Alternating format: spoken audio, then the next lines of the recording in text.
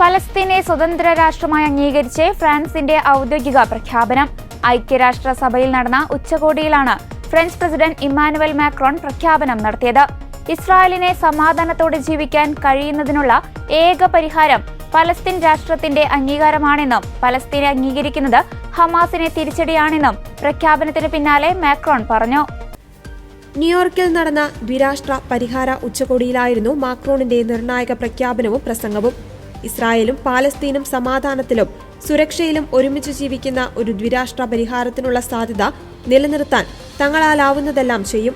Palestine ജനതയുടെ അവകാശങ്ങളെ അംഗീകരിക്കുന്നത് ഇസ്രായേൽ ജനതയുടെ അവകാശങ്ങളെ ഇല്ലാതാക്കില്ലെന്നും മാക്രോൺ പറഞ്ഞു. ഫ്രാൻസിന്റെ നീക്കം കൂടുതൽ രാജ്യങ്ങൾ ഏറ്റുപിടിക്കുമെന്നാണ് കരുതുന്നത്.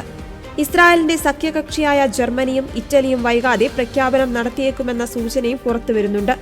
ബ്രിട്ടൻ, കാനഡ, ഓസ്ട്രേലിയ, പോർച്ചുഗൽ എന്നീ രാജ്യങ്ങൾ പാലസ്തീനെ രാജ്യമായി അംഗീകരിച്ചിരുന്നു. ഈ രാജ്യങ്ങളെയും മാക്രോൺ പ്രശംസിച്ചു. അതേസമയം പാലസ്തീനെ നശിപ്പിക്കുക എന്ന ദൗത്യത്തിൽ നിന്നും പിന്നോട്ടില്ലെന്ന നിലപാടിലാണ് ഇസ്രായേൽ. ഗാസ സിറ്റി പിടിക്കാതെ പിന്നോട്ടില്ലെന്ന് ഇസ്രായേൽ പ്രധാനമന്ത്രി ബെഞ്ചമിൻ നെതന്യാഹു ആവർത്തിക്കുകയാണ്. എന്നാൽ വെസ്റ്റ് ബാങ്ക് കൂട്ടിച്ചേർക്കുവാനുള്ള നടപടിയുമായി മുന്നോട്ടു പോയാൽ ഇസ്രായേലുമായുള്ള നയതന്ത്ര ബന്ധം വെട്ടിച്ചുരുക്കുമെന്ന് UAE അറിയിച്ചിട്ടുണ്ട്.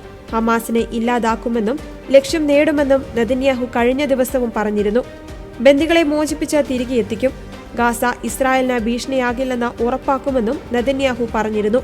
അതിനിടെ ഇസ്രായേലിനുള്ള ആയുധങ്ങൾ ഇറ്റലിയിലെ തുറമുഖങ്ങൾ വഴി കൊണ്ടുപോകുവാൻ അനുവദിക്കില്ലെന്ന് പ്രഖ്യാപിച്ച് തുറമുഖ തൊഴിലാളികൾ സമരം തുടങ്ങി. മിലാനിൽ പാലസ്തീൻ അനുകൂല പ്രകടനത്തിന് നേരെ പോലീസ് കണ്ണീർവാതകം പ്രയോഗിച്ചു. മറ്റു നഗരങ്ങളിലും പാലസ്തീൻ പതാകകളുമായി ആയിരങ്ങളുടെ റാലികൾ നടന്നു.